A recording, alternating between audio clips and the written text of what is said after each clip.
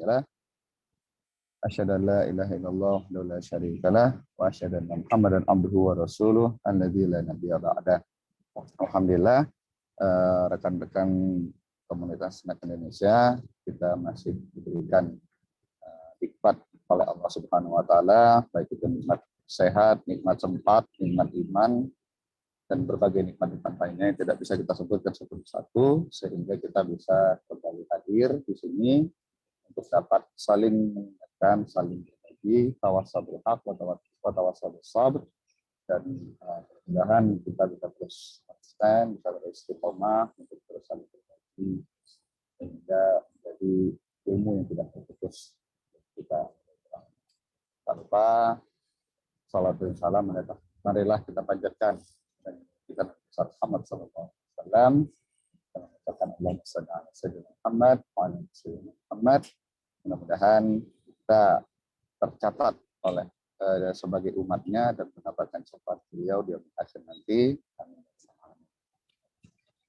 Baik rekan-rekan semuanya, untuk bahasan pada pagi hari ini ya, karena tadi udah cukup banyak juga ya ternyata diulas oleh Pak Heru, cuman tidak apa-apa, mudah-mudahan tetap ada satu dua hal ataupun mungkin perspektif lain yang bisa saya tambahkan pada kesempatan pagi hari ini. Jadi untuk bahasan kita pada pagi hari ini, saya ingin berbagi tentang surah Ar-Rum ya, dari ayat 20 sampai 26, walaupun tadi sebenarnya Pak Heru udah menjelaskan ya bahwa sebenarnya kalau menurut paketnya gitu ya, paket menuju satu rukuknya itu adalah dari sampai 27, tapi ada alasan tersendiri kenapa saya hanya mengambil sampai 26, dan mungkin itu akan mudah-mudahan bisa tersampaikan ketika nanti di akhir penjelasan. Baik, izinkan saya membacakan ayatnya terlebih dahulu. A'udzubillahi minasyaitonirrajim. Bismillahirrahmanirrahim. Wa min ayatihi an khalaqakum min turabin thumma idza antum basharun tantashirun.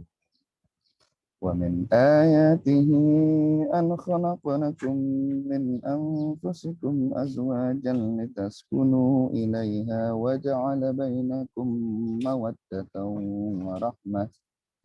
Inna fi dzalika laayatin liqaumin yatafakkarun. Wa min ayatihi khalqus samawati wal ardi wa ikhtilafu alsinatikum wa alwanikum. Inna fi dzalika laayatin lil 'alamin. Wa min ayatihi manamukum bil laili wan nahari wa ibtighaa'ukum min fadlih. Inna fi dzalika laayatin liqaumin yasma'un. Wa min ayatihi yuriikumul barqa khawfan wa tama'an wa yunazzilu minas samaa'i maa'an fayuhyi bihil arda ba'da mawtiha. Inna fi dzalika laayatin liqaumin ya'qilun. Wa min ayatihi an taquma as-samaa'u wal ardu bi amrihi thumma idza da'akum da'watan minal ardi idza antum takhrujun. Wa lahu man fis samawati wal ardi kullun lahu qanitun. Shadaqallahul azim. Ya, jadi itu penggalan ayat yang akan saya coba sharingkan pada kesempatan pagi hari ini, dan mungkin untuk lebih memudahkan saya gitu ya untuk menyampaikan, izinkan saya untuk share screen ya. Mudah-mudahan bisa tayang. Sudah muncul di layar teman-teman semua? Alhamdulillah. Oke, sudah ya. Baik, jadi untuk yang pertama ini ya, jadi di ayat yang pertama Allah Subhanahu wa taala mengingatkan kita, wa min ayatihi an khalaqakum min turabin. tsumma idza antum basyarun tantashirun. Nah, jadi pertama mungkin saya perlu mengingatkan kembali tentang makna ayat itu sendiri ya, karena kadang-kadang kesulitan kita itu adalah kita ketika mendengar kata ayat itu ya udah kayaknya top of mind itu adalah benar-benar cuman kayak ayat Quran gitu. Padahal ketika Allah menyebutkan ayat dalam Quran itu at least literally secara bahasanya itu bisa juga berarti kayak mukjizat, bukti, tanda-tanda gitu, the sign.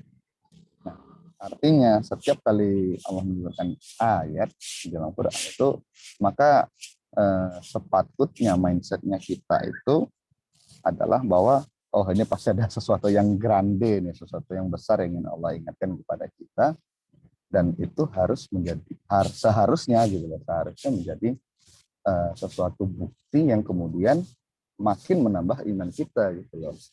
Entah itu misalnya semakin mengingatkan kita atau semakin menyadarkan kita bahwa tiada daya dan upaya gitu loh melainkan Allah, ataupun semakin mengingatkan kita tentang kebesaran Allah, ataupun mengingatkan kita tentang kemurahan Allah, kerahmatan Allah, seperti itu.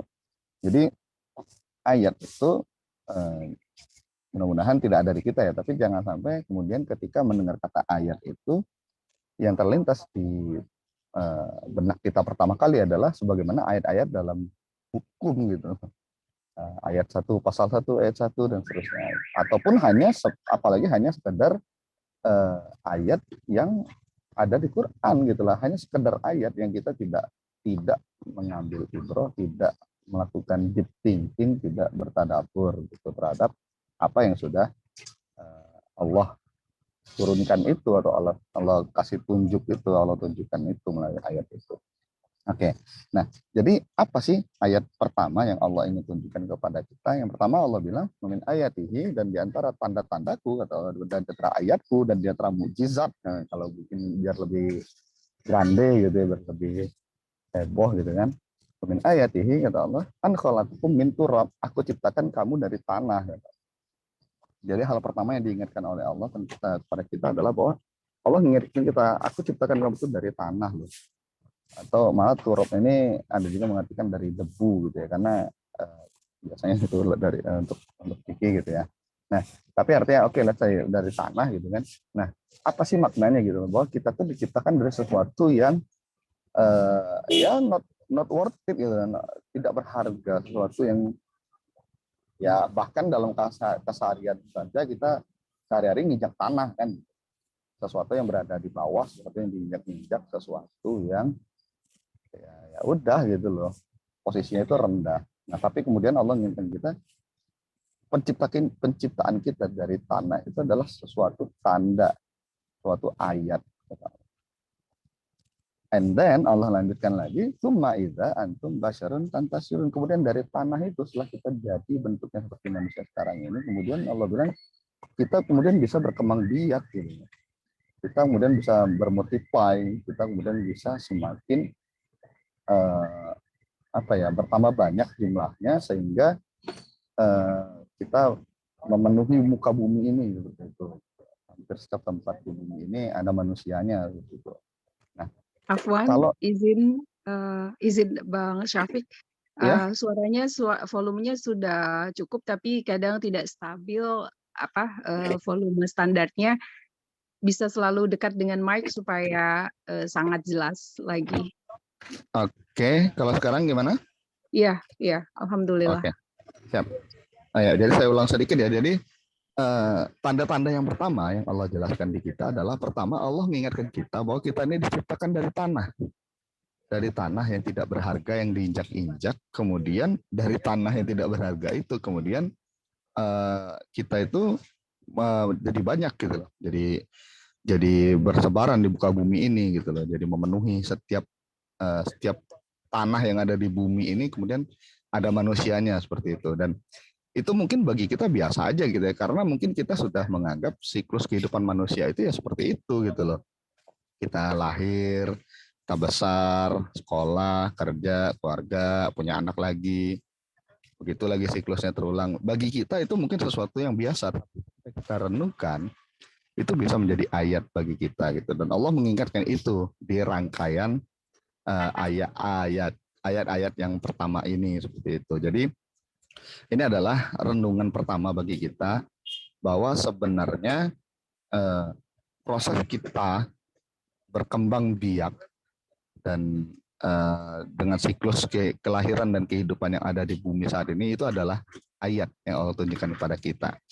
Mungkin bagi kita-kita yang mungkin tanda petiknya adalah siklusnya normal gitu lah, artinya ya mereka bekerja, berkeluarga, punya anak dan seterusnya normal-normal aja tanpa tanpa ada halangan tertentu, mungkin agak kurang mengapresiasi ini. Tapi bagi mereka-mereka yang mohon maaf mungkin misalnya sulit untuk mendapatkan keturunan, atau mungkin yang pernikahannya harus LDM seperti itu, ataupun mungkin yang punya anak dengan berkebutuhan khusus sehingga kemudian dia sulit untuk melanjutkan ke keturunan berikutnya, mungkin akan bisa lebih mengapresiasi ini karena ternyata gitu loh, untuk bisa berkembang biak melanjutkan dari generasi ke generasi itu tidak semudah itu dan membutuhkan effort yang luar biasa. Dan itu kalau kita renungkan bersama-sama, itu menjadi salah satu tanda kebesaran Allah bahwa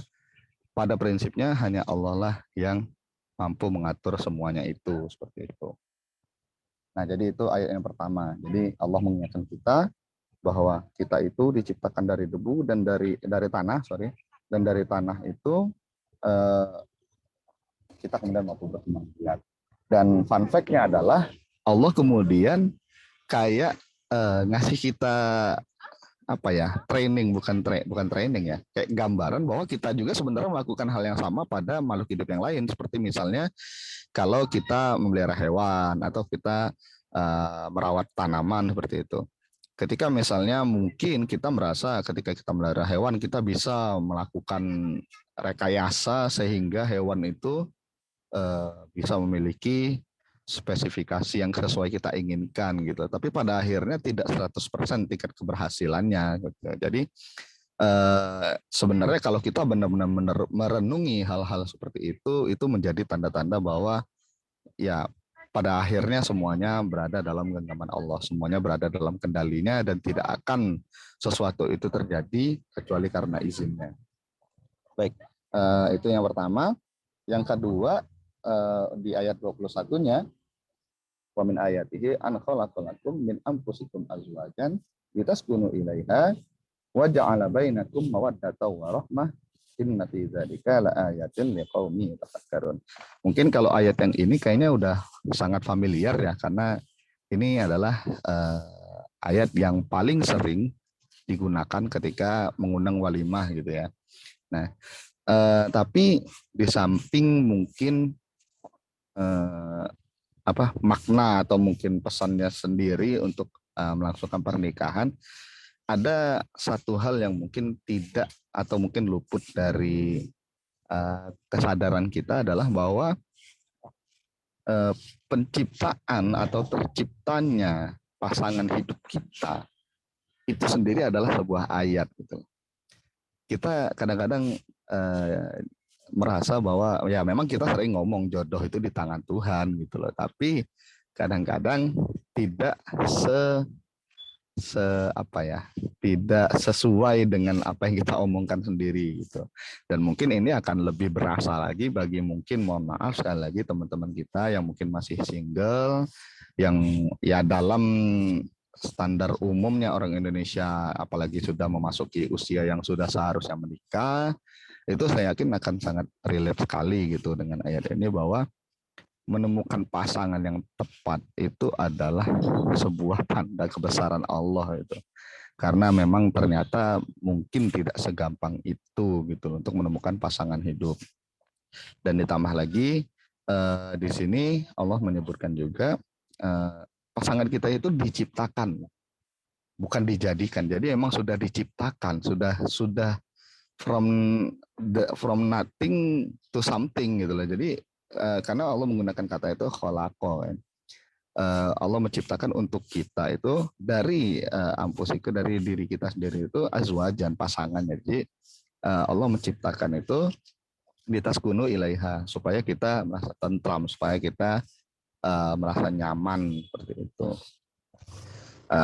Dan memang sudah seharusnya ya, kalau namanya sesuatu yang diciptakan dari diri kita sendiri itu normalnya akan lebih nyaman seperti itu. Sama mungkin kalau di dunia kedokteran ya, mungkin ada yang kita familiar dengan donor organ seperti itu kan. Kalau donor organ itu masih dalam satu sel tubuh itu tingkat rejectionnya kan akan lebih rendah gitu loh, ketimbang kita mendapatkan donor dari tubuh orang lain seperti itu. Nah, sama sebenarnya konsepnya jodoh itu seperti itu juga. Ketika kita yakin dan kita sadari bahwa jodoh kita itu adalah dari diri kita sendiri, maka harusnya kita nyaman seperti itu. Dan kalau ada sesuatu yang membuat kita tidak nyaman, yang perlu dicek pertama kali adalah justru sebenarnya bukan pasangannya, tapi diri kitanya gitu loh. Jangan-jangan ada sesuatu yang salah dalam diri kita sehingga kita tidak nyaman. Mungkin ada sesuatu yang luput kita lakukan atau dan lain-lainnya seperti itu. Cuman maksud saya intinya adalah konsepnya atau the idea of zauj atau pasangan hidup kita itu adalah litaskunu ilaiha, supaya kita menjadi tentram seperti itu. Nah, kemudian yang menarik juga bagi saya gitu ya. Kemudian Allah melanjutkannya itu wa ja'ala bainakum mawaddatan wa rahmah.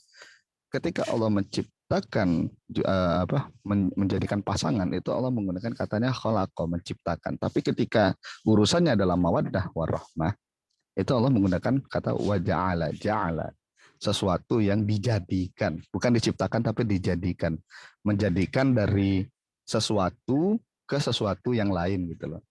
Yang artinya apa? Yang bagi saya pribadi artinya adalah untuk mendapatkan mawaddah warahmah dalam pasangan kita itu membutuhkan proses, membutuhkan effort, membutuhkan butuh waktu gitu loh, butuh usaha, butuh perjuangan. Mawaddah warahmah itu sesuatu yang perlu diperjuangkan. Beda dengan sakinah, karena litaskunu ilaiha itu nginduknya dari khalaqa, sesuatu yang Allah ciptakan. Jadi ini bagi saya luar biasa sekali ya, karena kadang-kadang kita kalau mengucapkan misalnya selamat pernikahan pada saudara-saudara kita itu kita kan misalnya semoga menjadi keluarga yang sakinah mawaddah warahmah itulah. Tapi kalau kita melihat ke konteks surat yang ini itu bagi saya luar biasa gitu, karena sakinah itu ciptakan, tapi mawaddah warahmahnya itu dari kitanya gitu loh. Kita yang menjadikannya, kita mau menjadikan mawaddah warahmah atau mau kita apa seperti itu. Ini luar biasa untuk kita renungkan bersama. Dan sekali lagi di awal ayatnya Allah menyebutkan ini adalah wa min ayatihi, yang mungkin kita nggak sadar bahwa proses untuk kita membentuk keluarga yang sakinah mawaddah warahmah itu sendiri adalah ayat dari Allah. Dan ayat ini ditutup dengan sangat apik dengan Allah menyebutkan inna fi dzalika laayatan liqaumi yatafakkarun. Dan ini hanya akan menjadi ayat, hanya akan menjadi tanda bagi orang-orang yang berpikir gitu. Nah, mungkin renungan untuk dari saya sendiri setidaknya gitu ya. Mungkin selama ini kenapa kita merasa ini belum jadi ayat, karena mungkin kita kurang mikir gitu. Karena kita itu tadi, kita take it for granted, kita udah nerima-nerima jadi aja gitu. Apalagi malah mungkin mungkin ada sebagian dari kita yang malah menuntut gitu, hanya menuntut pasangan kita untuk menjadi pasangan yang mampu menenteramkan, mampu menjadi pasangan yang mawaddah, yang penuh rasa cinta, yang penuh kasih sayang, tapi kitanya sendiri tidak berusaha gitu loh untuk menjadi pasangan yang mawaddah warahmah gitu loh.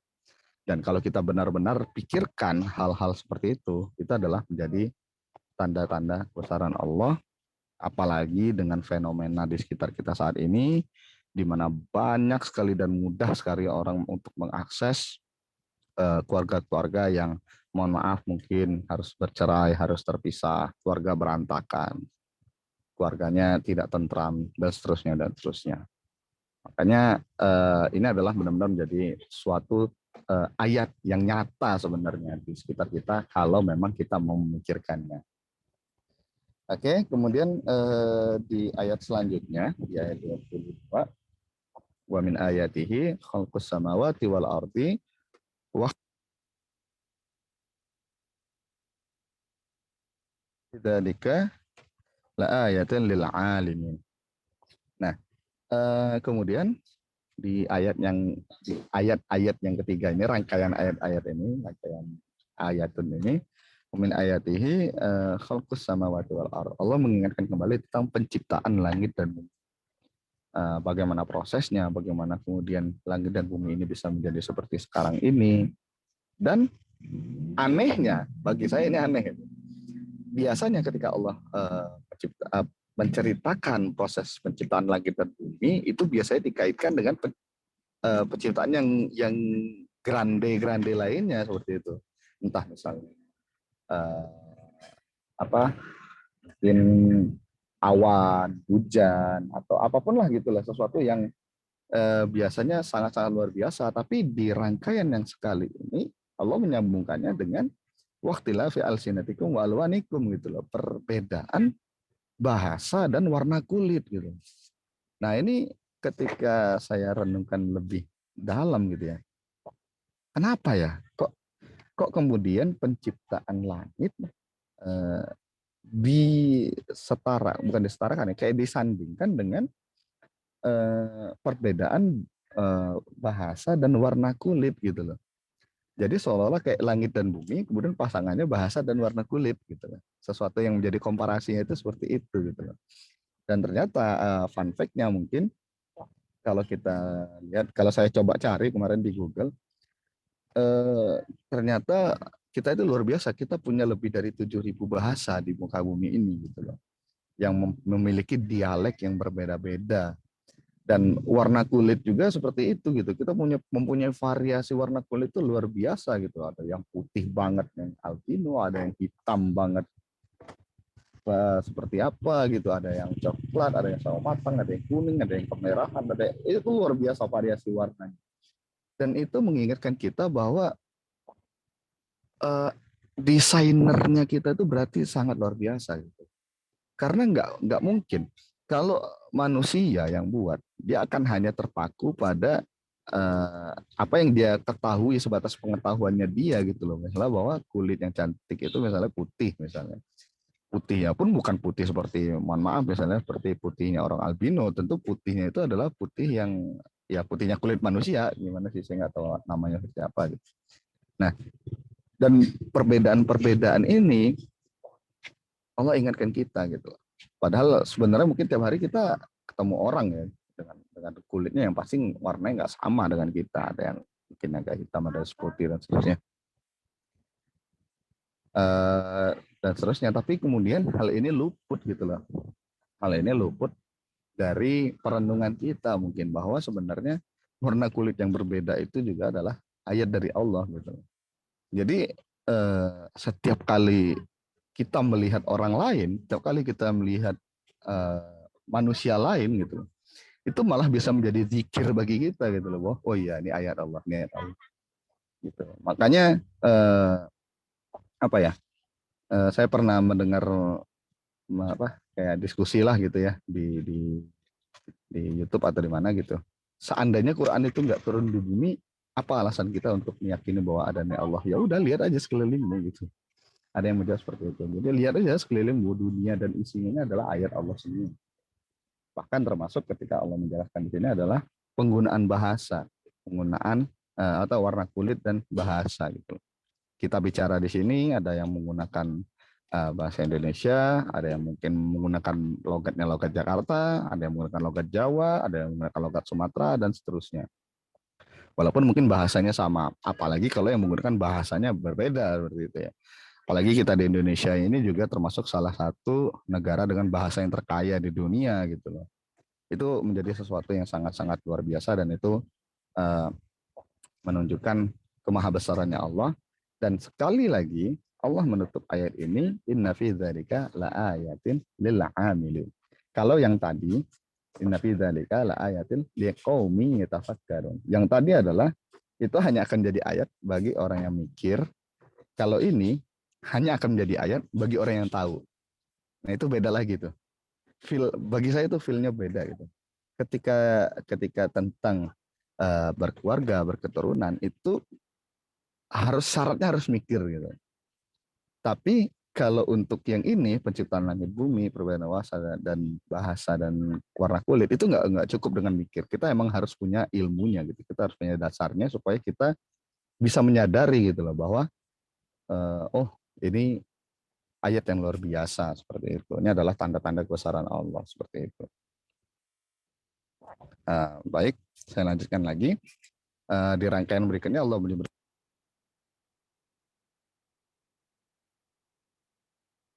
min fadli. Inna fi dzalika laayatil liqaumi yasmaun. Dan di antara tanda-tanda lainnya adalah mana mukum belail, tidurmu di waktu malam. Nah, itu. Kita tiap hari tidur kan. Insya Allah tiap hari saya yakin teman-teman sini semua tidur gitu. Nah, sadarkah kita tidur kita itu adalah ayatnya Allah. Kita melakukan nih, kita menjadi pelaku ayatnya Allah, tapi mungkin nggak banyak di antara kita yang menyadari gitu. Karena kita ya udah tidur aja, nyeplak aja langsung di tempat tidur gitu kan. Dan dan ketika siangnya kita bekerja itu juga adalah ayat Allah gitu. Tanda-tanda kebesaran Allah. Kalau mungkin saya lebih menangkapnya gini, karena bekerja itu kan identiknya adalah dengan kita mencari rezeki gitu ya, dan rezeki orang itu kan sudah ditakar gitu ya. Tapi karena kita tidak tahu takaran rezeki kita berapa, kita dituntut untuk berusahanya itu gitu loh. Jadi itu kayak Allah ngingetin kita gitu loh bahwa ya udah kamu tugasnya adalah berusaha, masalah dapatnya berapa itu urusanku gitu. Sehingga kita bekerja, kita datang bekerja, kita berdagang, kita apapun profesi kita, apapun pekerjaan kita, itu adalah menjadi tanda bahwa sebenarnya itu adalah reminder bagi kita bahwa Allah yang ngatur rezeki gitu loh. Allah yang ngatur rezeki kita, bukan kamu. Kamu mungkin bisa berupaya kayak gimana pun, tapi kalau bukan rezekimu, dia tidak akan sampai kepada. Dan itu sekali lagi ditutup oleh Allah Subhanahu wa taala dengan sangat apik, inna fi dzalika laayatil liqaumi yasmaun. Nah, tadi liqaumi yatafakkarun, yang kedua tadi liqaumi ya apa tuh? Ya lil alimin yang berilmu. Nah, ini liqaumi yasmaun. Kaum yang mendengar. Nah, ini syaratnya mau dengar aja. Kenapa? Karena kadang-kadang ini kan hal yang sepele ya. Maksudnya tidur, bangun tidur, kerja, tidur, kerja, tidur, kerja gitu. Itu kan sesuatu yang rutinitas kita lakukan. Sesuatu yang udah biasalah hari-hari. Maka ketika ini kemudian kita dikejutkan bahwa ini adalah ayat dari Allah, kadang-kadang nggak semua orang mau dengar, masa cuma gitu aja dari ayat gitu. Itu kan udah biasa. Yang kita juga hari-hari begitu. Ya hari-hari tidur, hari-hari bangun, kerja, bangun, tidur lagi, kerja lagi, tidur lagi, kerja lagi, dan seterusnya. Kita tidak banyak mungkin yang tidak mau menyadari gitu loh, karena kita tidak mau mendengarkan. Makanya ini hanya akan menjadi ayat bagi kaum atau orang-orang yang mendengarkan. Luar biasa gitu loh. Jadi syaratnya hanya kita mau dengar aja. Allah nggak minta kita untuk mikir kok. Kita mau dengar aja, itu akan bisa menjadi ayat bagi kita. Kalau kita benar-benar mendengarkan. Yasma'u. Dan selanjutnya min ayatihi yurikumul barqa khawfa wa tama'a wa yunazzilu minas sama'i ma'a fayuhyi bihil arda ba'da mautiha inna fi dzalika laayatin liqaumin ya'lamun. Dan di antara tanda-tanda kebesaran juga adalah Allah menunjukkan kilat atau petir kepada kita. Tujuannya apa? Tujuannya khawfa wa tama'a, supaya kita itu memiliki rasa takut dan memiliki rasa harap gitu. Nah, jadi luar biasa. Bahkan untuk urusan kilat atau petir yang Allah kirimkan ke bumi, itu tujuannya terlepas dari entah itu masalah untuk membantu kesuburan atau membantu kehidupan apa, saya juga kurang paham. Terlepas dari itu semua,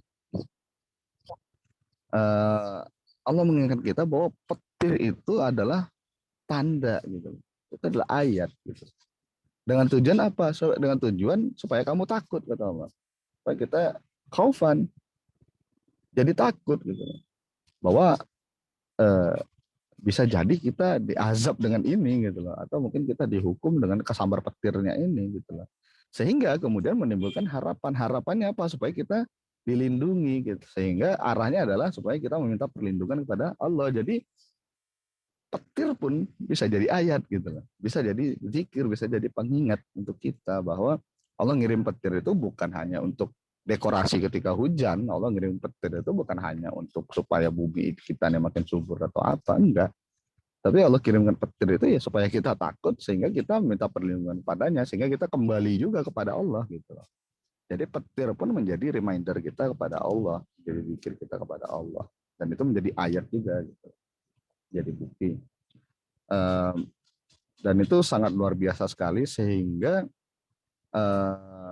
walaupun saat ini dengan kecanggihan teknologi orang mungkin sudah bisa gitu ya membuat simulasinya petir, tapi tetap petir yang diciptakan oleh manusia itu tidak menjadi zikir, tidak menjadi pengingat gitu. Petir yang turun dari langit dengan petir yang diciptakan oleh manusia itu kualitasnya beda gitu.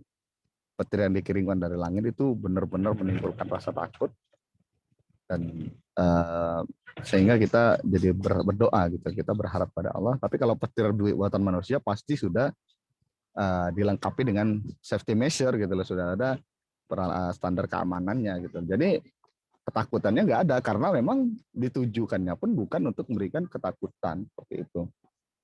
Sorry, screen sharingnya mati ya? Kayaknya pencet. Iya. Iya, mati.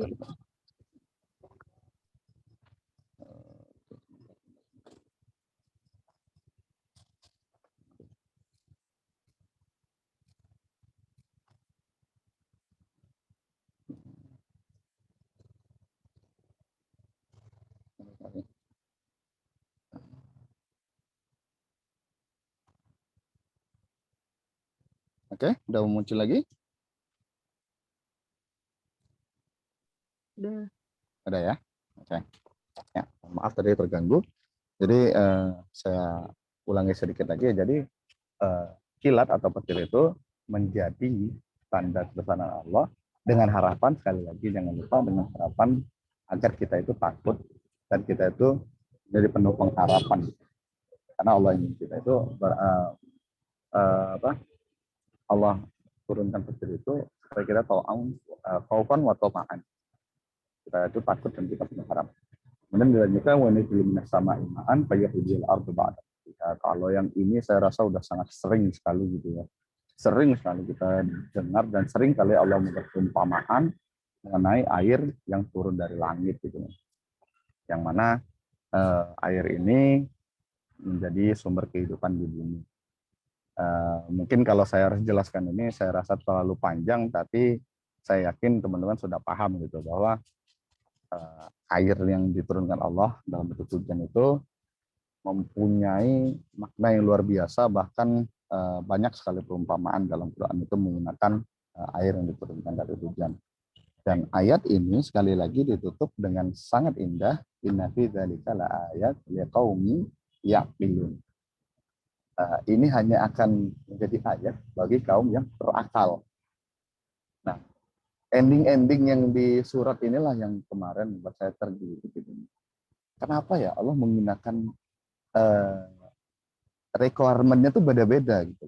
Ada yang harus berpikir, ada yang harus berilmu, ada yang harus mendengar, ada yang harus menggunakan akalnya gitu. Ada yang berakal. Itu luar biasa gitu. Dan bagi saya ini adalah sebuah pesan bahwa memang kita tidak harus memahami atau menyadari semuanya, tapi at least ada ayat-ayat Allah yang mampu kita renungkan gitu. Minimal satu aja gitu. Dari sekian rangkaian ini minimal ada satu aja hal-hal di sekitar kita yang bisa kita sebagai reminder kita gitu loh, bahwa ini adalah ayat-ayat Allah. Sehingga kita kalau ibaratnya sholat itu kan kita dicas gitu ya.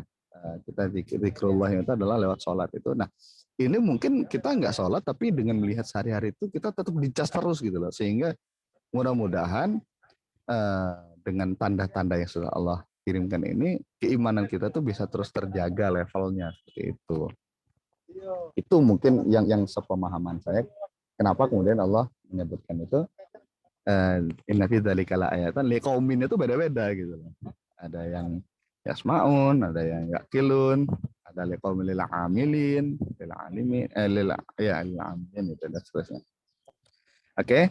Dan di rangkaian ayat yang terakhir untuk ayat ini itu min ayatihi antaku masama wal ardu bi amri tsumma idza da'akum da'watan minal ardi idza antum takhrujun. Dan di antara tanda-tandanya yang lain adalah bagaimana kemudian langit dan bumi itu bisa berdiri, bisa tegak seperti saat ini. Padahal kita tahu ya, terlepas dari mungkin konspirasi ada yang bilang bumi itu datar, at least kebanyakan dari kita meyakini bahwa bumi itu bulat gitu ya. Nah, kadang-kadang kita mungkin nggak pernah menyadari kok bisa bumi yang bulat ini, tapi kita jalan di atasnya ini datar-datar aja gitu loh. Nggak ada kemudian yang berada di bumi bagian bawah itu kemudian jatuh ke luar angkasa gitu. Dan bumi kita ini kan berputar gitu ya, berputar dengan sangat cepat, tapi kita tidak terlempar ke luar angkasa gitu. Mungkin hal-hal hal-hal yang seperti itu luput gitu dari perhatian kita, karena kita mungkin secara sainsnya udah tahu gitu bahwa ada gravitasi, ada atmosfer dan yang menjaga segala macam gitu. Tapi dengan kacamata keimanan, dengan kacamata keimanan kita gitu loh, itu harusnya bisa menjadi sesuatu yang constant reminder bagi kita gitu loh. Di ayat-ayat yang lain juga Allah sering mengingatkan kita bagaimana kemudian pergantian siang dan malam, tiupan angin, bahkan kapal yang berlayar itu menjadi reminder gitu, menjadi ayat juga bagi kita gitu. Dan di sini sekali lagi yang uniknya ketika Allah mengingatkan tentang bagaimana bumi dan langit itu bisa berdiri, kemudian disandingkannya idza da'akum da'watan minal ardi idza antum takhrujun. Kita kemudian dengan satu kali panggilan itu bisa langsung keluar dari bumi itu. Nah, sejujurnya saya pribadi masih agak sulit ya, maksudnya memahami apa sih maksudnya Allah dengan ngingetin ini gitu. Dan ini mungkin bisa jadi bahan diskusi nanti bagi teman-teman yang mungkin ketika saya sebutkan ini ada terbersit gitu di kepalanya. Tapi setidaknya saya meyakini pasti ada yang Allah ingin sampaikan melalui ayat ini gitu loh. Kenapa kemudian dengan tegaknya langit dan bumi kemudian dihubungkan dengan bagaimana kita dibangkitkan dari bumi gitu. Allahu a'lam bishawab. Nah, dan sebagai bahan renungan kita pada pagi hari ini, dari sekian banyak ayat-ayat atau tanda-tanda yang sudah diberikan itu, yang sudah dibacakan tadi, yang sudah saya sharingkan tadi, berapa banyak sih yang kita renungkan gitu? Sudahkah kita merenung gitu, bahwa hal-hal yang ada di sekitar kita, keluarga kita, pasangan hidup kita, warna kulit, bahasa, kemudian hujan, petir, dan seterusnya, berapa banyak yang itu menjadi reminder bagi kita? Berapa banyak yang itu kemudian menjadi zikir bagi kita, jadi pengingat bagi kita? Yang kedua, bahan renungan untuk kita adalah di antara dari sedikit hal yang sudah disebutkan itu, berapa banyak sih yang kita pedulikan bahwa itu ada loh di sekitar kita, bahwa yang disebutkan tadi itu terjadi dalam kehidupan kita, ada di sekeliling kita gitu. Dan yang ketiga, di antara sekian banyak yang sudah kita sadari, berapa banyak yang sudah kita syukuri gitu, sebagai bahwa itu sebagai ayatnya Allah, sehingga kita syukuri dan menjadi pengingatnya kita gitu loh, menjadi zikirnya kita gitu loh, menjadi constant reminder buat kita, menjadi penambah keimanan kita. Berapa banyak tuh dari yang sudah disebutkan itu tadi. Dan yang terakhir mungkin untuk renungan kita pagi ini, setelah kita diingatkan kembali tentang hal ini, apakah kita berkomitmen untuk menjadi sebagaimana yang Allah harapkan tadi? Seperti Allah menyebutkan, ini hanya akan menjadi ayat bagi orang yang berpikir, hanya akan menjadi ayat bagi orang yang berilmu, hanya akan menjadi ayat bagi orang yang mendengar, dan seterusnya dan seterusnya. Karena dengan menyebutkan hal-hal itu pasti Allah inginnya kita menjadi orang yang berpikir, jadi orang yang berilmu, jadi orang yang mau mendengarkan, gitu ya. Jadi sudahkah kita atau setelah ini at least sudahkah kita berpikir atau mungkin berharap untuk menjadi seperti itu gitu. Menjadi orang-orang yang mau mengerti, menjadi orang-orang yang mau berpikir, menjadi orang-orang yang berilmu, dan menjadi orang-orang yang mau mendengar seperti itu. Dan rangkaian ayat ini, kenapa tadi saya bilang saya hanya mengambil sampai ayat 26, karena rangkaian ayat ini ditutup dengan luar biasa. Walahu man fis samawati wal ardi kullullahu qanitun. Allah cuman bilang semua yang tadi itu, yang disebutkan tadi itu, dan sebenarnya bukan hanya itu, tapi at least untuk konteks pembahasan ini, semua itu miliknya. Walahu man fis samawati. Apa yang ada di langit, ada yang di bumi, itu semua punya Allah. Dan diakhiri dengan kullullahu qanitun. Semuanya itu tunduk pada Allah. Semuanya itu tunduk pada Allah. Lalu kita ini siapa gitu? Kok berani-beraninya gitu bahkan perintahnya? Kita ini udah sehebat apa emang? Kemudian merasa sudah mengerti tentang dunia dan seisinya. Kemudian ada orang-orang yang berani melawan hukum-hukum alam yang sudah Allah ciptakan gitu loh. Merasa kemudian kita bisa mengakali hukum alam yang diciptakan gitu loh. Emang kita siapa? Udah sehebat apa? Dan yang paling penting adalah belum sadarkah kita gitu loh, bahwa dari ayat-ayat yang sudah disebutkan tadi itu semuanya aja tunduk gitu loh. Masa kitanya enggak gitu. Semua yang ada di langit dan di bumi itu tunduk kepadanya. Maka begitu pula kita gitu loh. Seharusnya seperti itu. Dan ini tadi alasan kenapa saya ingin mencukupkan hanya sampai ayat 26 karena kalau dilanjutkan sampai 27 meskipun itu sangat berkaitan tapi konteksnya nanti akan kurang masuk gitu loh. Bagi saya gitu loh. Akan kurang masuk karena saya lebih inginnya ini adalah menjadi bahan perenung kita bahwa ada banyak sekali di sekitar kita ayat-ayat Allah yang mungkin luput kita perhatikan, terlebih lagi luput sebagai zikir kita kepada Allah. Mungkin dari saya itu saja untuk materi pada pagi hari ini. Mohon maaf jika banyak kesalahan dan kekurangan dalam penyampaian. Untuk selanjutnya saya kembalikan ke moderator. Wabillahi taufiq wal hidayah. Assalamualaikum warahmatullahi wabarakatuh. Waalaikumsalam warahmatullahi wabarakatuh. Masya Allah, Bang Syafiq tadi pas di awal membacakan ayatnya dari ayat 20, saya alhamdulillah ya baru dapat insight bahwa awal ayat 6 ayat berturut-turut itu dimulai dari wamin ayatihi, kemudian dari yang 20 ya wamin ayatihi an khalaqalakum, kemudian berikutnya wamin ayatihi khalqus samawati, berikutnya wamin ayatihi manamukum, wamin ayatihi yurikum, wamin ayatihi antakumas samau. 6 ayat berturut-turut dimulai dengan kata wamin ayatihi. Mungkin kalau ingin belajar hafalan begitu ya, itu ini cukup mudah gitu. 6 sambil mencerna ayatnya, artinya, kemudian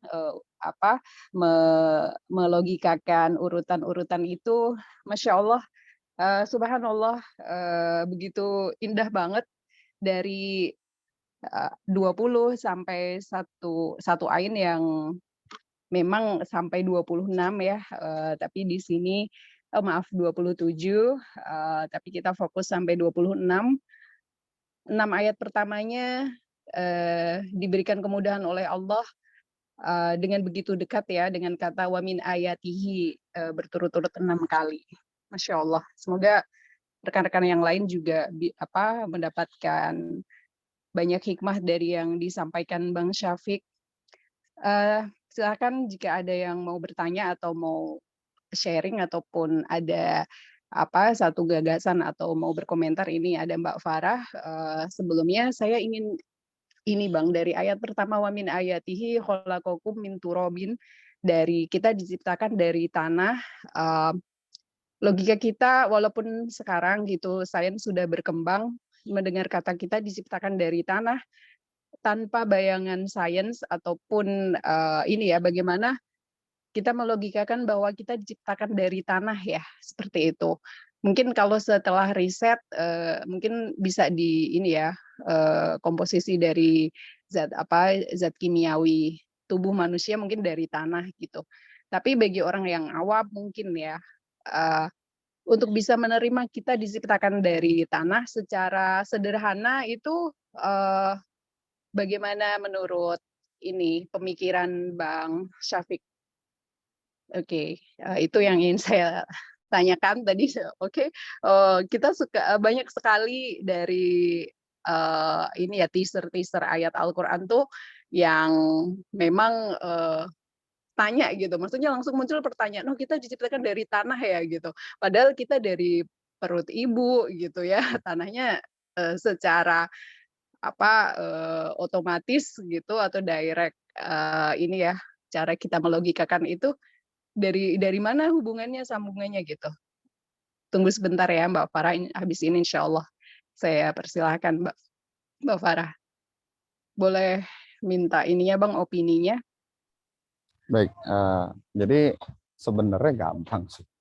Kalau saya logikanya gini aja, manusia itu kan yang diukur itu sebenarnya akhir hidupnya gitu ya. Ada yang bilang seperti itu gitu. Manusia itu dilihat dari akhir hidupnya. Dan most people on this earth itu berakhirnya di tanah gitu. Kalau kita bukan dari tanah, ngapain kita dikembalikan ke tanah? Ya udah biarin aja jadi bangkai. Kasarnya kan seperti itu. Jadi logika awamnya saya sih sesederhana itu aja, Mbak. Tidak Oh, mungkin kita itu, apalagi yang Muslim gitu ya, tidak mungkin syariat itu diturunkan untuk menguburkan kita ke tanah kalau kita tidak diciptakan dari tanah. Gitu aja, Mbak. Sederhana itu aja. iya, make sense, iya. Iya, karena kematian bagian dari kehidupan kita juga ya, dan, memang dari semenjak Nabi Adam, eee, di anak-anak keturunannya Nabi Adam pertama kali juga, cara memperlakukan jenazahnya manusia dikubur. Oke, berarti kita memang harus lebih kritis lagi ya, untuk menghubungkan banyak fenomena yang, tidak sadar gitu, bahwa semuanya itu by design of Allah. Oke, sebentar. Manusia diciptakan dari tanah, di kitab tafsir Jalalain dijelaskan bahwa maksudnya adalah asal kalian dari Nabi Adam yang diciptakan dari tanah. Iya, Pak Heru. Alhamdulillah.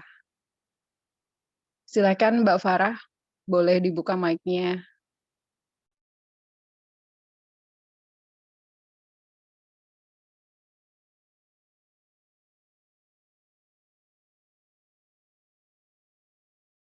Harus dibukakan ya?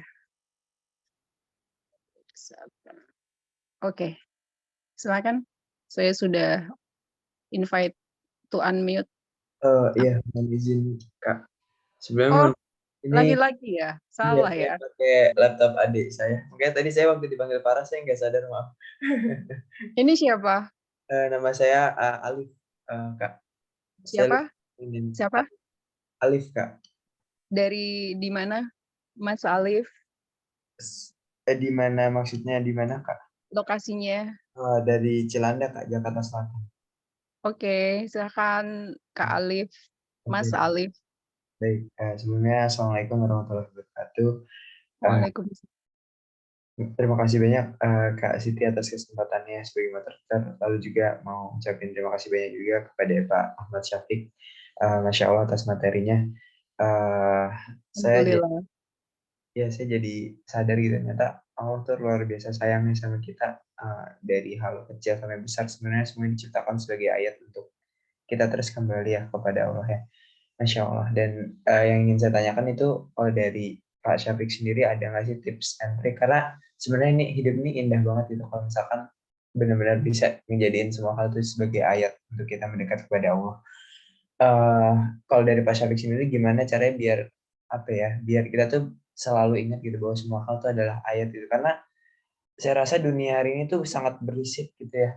Sosial media, eh, segala macam semuanya itu berisik yang bikin kita tuh selalu lupa aja gitu bahwa hal-hal kecil, hal-hal besar itu adalah ayat dari Allah gitu. Itu gimana ya Pak? Itu yang pertama. Lalu yang kedua, saya sekarang lagi baca buku, mungkin ini banyak yang tahu juga ya buku Sapiens ya, tentang brief dari human history gitu.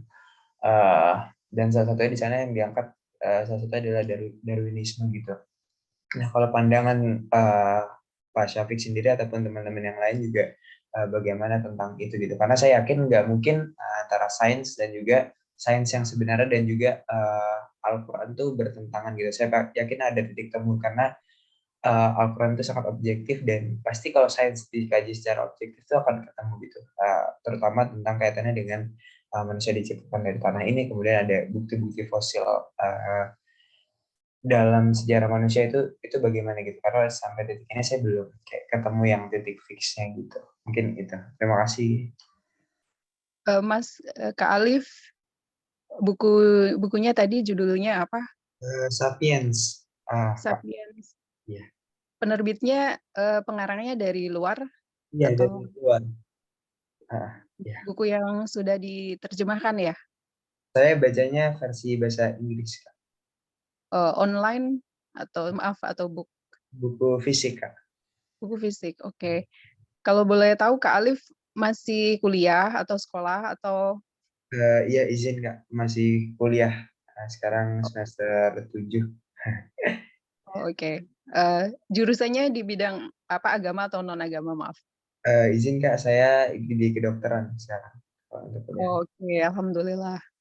Oke, Bang Syafiq ataupun yang lain boleh menanggapi, Pak Heru juga dan yang lainnya. Silakan, ada 2 pertanyaan dari adik kita dari Mas Alif tadi, untuk memudahkan untuk merenungi ayat-ayat dengan ya banyak distraction ya, disruption ya, kalau kata karena Bapak Reinhard Kasali, so many disruption.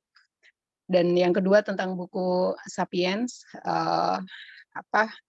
mungkin bagaimana cara menulis buku sains tapi ada secara wisdom-nya bisa dimunculkan. Kalau saat ini rata-rata buku sains memang hanya fenomena-fenomena sains ya, logika. Mungkin versi sains Islam mungkin bisa ditambah ke sana atau seperti apa. Silakan Bang Syafiq dan yang lain nanti boleh menambahkan jika Ya, ada. baik Mas Alif ya, terima kasih banyak nih atas pertanyaannya, luar biasa sekali. Yang pertama dulu kali ya, bagaimana cara supaya kita bisa bisa terus terlatih lah, terus tersadar gitu ya, bahwa ini adalah ciptaan Allah, tidak ada lain dan tidak bukan caranya bagi saya pribadi, satu-satunya adalah dengan dilatih. Karena kalau bahasa kerennya orang-orang dulu itu katanya riyadhah gitu. Jadi ya dilatih gitu loh. Saya jadi teringat Ustadz Noman ketika dulu, udah lama sekali mungkin ya. Jadi beliau itu melatih pikiran beliau itu bagaimana kemudian melihat segala sesuatu itu jadi tadabur gitu loh. Jadi ketika misalnya beliau sedang dibawa temannya menggunakan mobil yang melaju kencang gitu kan, jadi teringat maut gitu, teringat kematian. Kemudian ketika dia melaju kencang itu ada hewan-hewan yang di pinggir gitu kan, mereka melaju kencang, anginnya bertiup gitu. Kemudian di situ ada sapi atau banteng atau apa sejenisnya gitu. Dengan mobil yang melaju sekencang itu dan they don't even care gitu loh. Mereka bahkan nggak peduli gitu, cuman noleh terus udah gitu loh. Beliau jadi teringat ayat Quran yang menyebutkan bahwa balhum apa ulaika humul kal an'am balhum adal gitu. Mereka itu seperti sapi gitu, bahkan lebih sesat lagi gitu. Jadi ya kalau ditanya mungkin kiatnya, maksudnya kiatnya seperti apa, tidak lain dan tidak bukan yaitu harus dilatih gitu loh. Jadi kita harus melatih diri kita melihat segala sesuatu itu sebagai oh ini adalah tanda kebesaran Allah gitu loh. Caranya seperti apa? Ya mulailah dengan memahami ilmunya gitu loh. Nah, apalagi nih tadi Mas Alif katanya dari kedokteran ya. Saya yakin dan ini mungkin sekalian menjawab pertanyaan nomor 2 gitu ya. Saya yakin di dunia kedokteran itu ada banyak sekali hal-hal yang harusnya menunjukkan kuasanya Allah gitu. Bagaimana kemudian penyakit yang secara medis itu tidak bisa disembuhkan, kemudian tiba-tiba bisa ada pasien yang sembuh. Bagaimana kemudian kondisi pasien yang sudah menurut dunia medis yang mungkin tidak bisa ditolong, tahu-tahu bisa selamat. Bagaimana kemudian kejadian yang di dunia ini hanya 1 banding sekian juta kemungkinannya, tiba-tiba ada orang yang kena gitu. Nah, Mas Alif mungkin di dunia medis, dunia kedokteran itu harusnya itu malah lebih menjadi constant reminder ya, harusnya gitu ya. Maksudnya kalau memang benar-benar bisa memanfaatkan kesempatan itu menjadi luar biasa. Dan untuk menjawab pertanyaan kedua itu gimana? Ya pertama balik lagi harus punya ilmunya dulu gitu loh kan. Jadi pada dasarnya semua itu berawal dari ilmu gitu loh. Tapi oke lah, let's say ilmu kita sekarang terbatas. Saya dulu teringat ada sebuah kayak infografis gitu ya, kayak zaman saya SMA atau saya kuliah gitu, saya lupa, sekitar 10 tahun yang lalu. Itu ada infografis yang menyebutkan gini kira-kira. Dirimu itu adalah sebuah keajaiban gitu loh. Karena kita itu diciptakan hanya 1 sel sperma dari sekian juta, sekian miliar atau bahkan sekian triliun, saya nggak tahu. Dari anggaplah sekian juta gitu ya. Dari sekian juta sel sperma yang ditembakkan ke sel telur gitu loh. Itu yang jadi itu cuma 1 loh. Jadi peluang terjadinya kamu itu adalah 1/sekian juta itu gitu loh. Itu pun kamu tidak 100% langsung berhasil pasti jadi, enggak.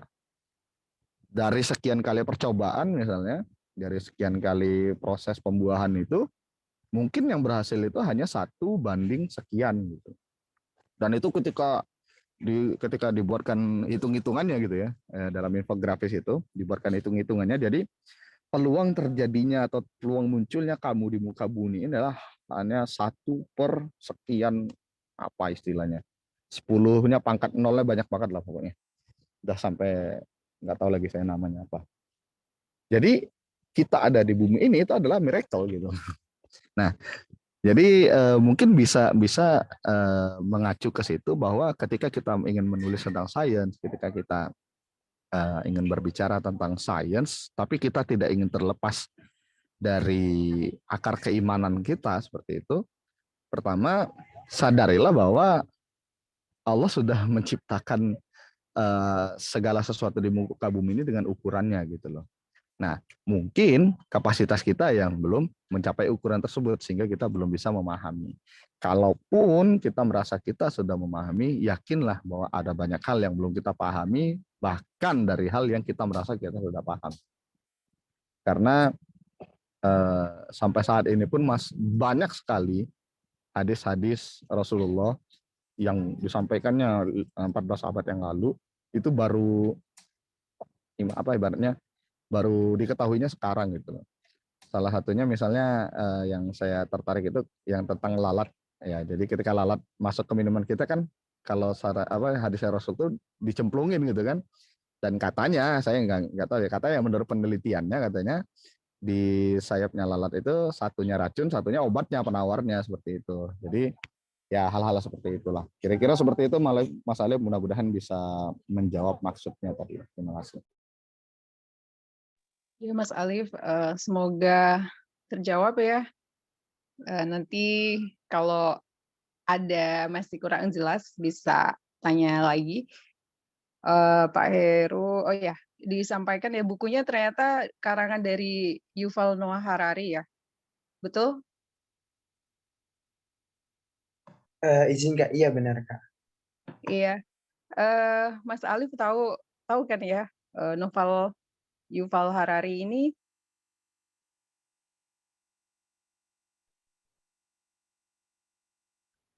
Yuval Noah Harari ini setahu saya memang scientific speaker dari Israel ya, yang memang terkenal untuk public speaking dan banyak secara scientific ya beliau, karena beliau adalah kalau nggak salah PhD atau pokoknya memang saintis dan juga public speaker, banyak sekali pembicaraan tentang public speaking tematik dia yang sangat dalam ya. Dan setahu saya memang ini dari Israel. Oke, ada pertanyaan berikutnya dari Bu Tanti. Kalau air hujan makin tercemar dan mengandung banyak polutan, apakah air hujan itu akan terus baik bagi kehidupan sampai akhir zaman? Nanti Bu Tanti boleh memberikan pendapat juga dari apa yang disampaikan. Bang Syafiq, silakan Bang.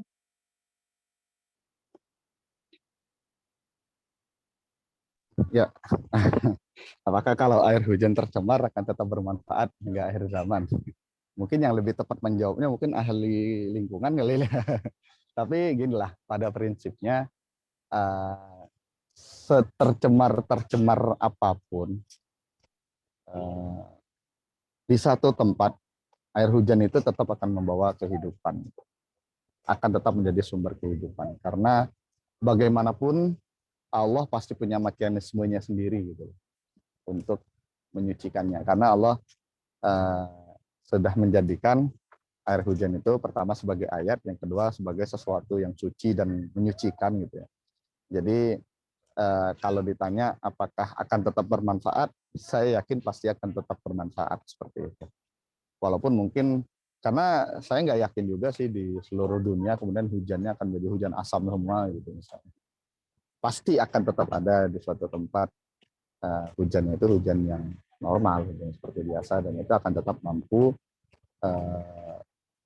menghidupkan seperti itu. Dan itu akan tetap, walaupun ibaratnya di tempat kita hujannya hujan asam, itu akan tetap menjadi pertanda bahwa kemudian bagaimana kemudian kita menjadi penyebab gitu kerusakan di muka bumi, sebagaimana yang Allah sebutkan juga. Jadi kerusakan di bumi ini ya karena kita sendiri gitu. Dan itu harusnya menjadi renungan juga bagi kita, kenapa apalagi kalau sampai kita menjadi salah satu penyumbang kerusakan tersebut seperti itu. Gitu aja mungkin, Mbak.